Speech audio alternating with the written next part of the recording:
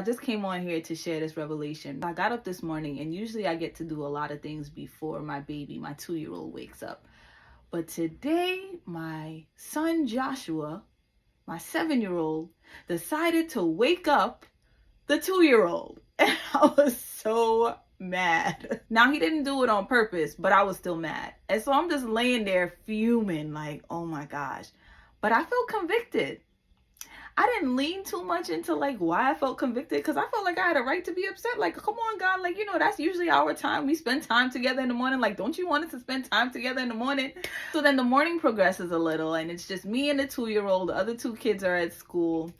And he decides to just spill water on the ground, like just on purpose. And I'm like, oh my gosh. So I'm bending down to clean the water, and I roll my eyes, and I felt convicted again. And right away, the conviction came and the revelation that rolling your eyes in frustration when it comes to serving the people or the purpose that God has called you to is a form of murmuring. Murmuring is more subtle than complaining. Complaining is usually like verbal, like, oh my gosh, I can't deal with this. Oh my gosh, I'm sick of this. I can't do this. I'm tired. But murmuring is more subtle. Sometimes it's a thought, and sometimes it's a very subtle action. And so what God was revealing to me was that in the morning, when I was laying there fuming and upset and just simmering in frustration because I didn't get to have that extra time that I wanted to in the morning, that I was murmuring.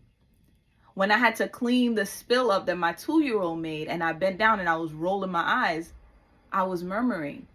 I had my whole day in mind, like what I wanted to do. And I'm like, okay, this baby gonna sleep a little late, so I'm gonna get to be able to do this and do that.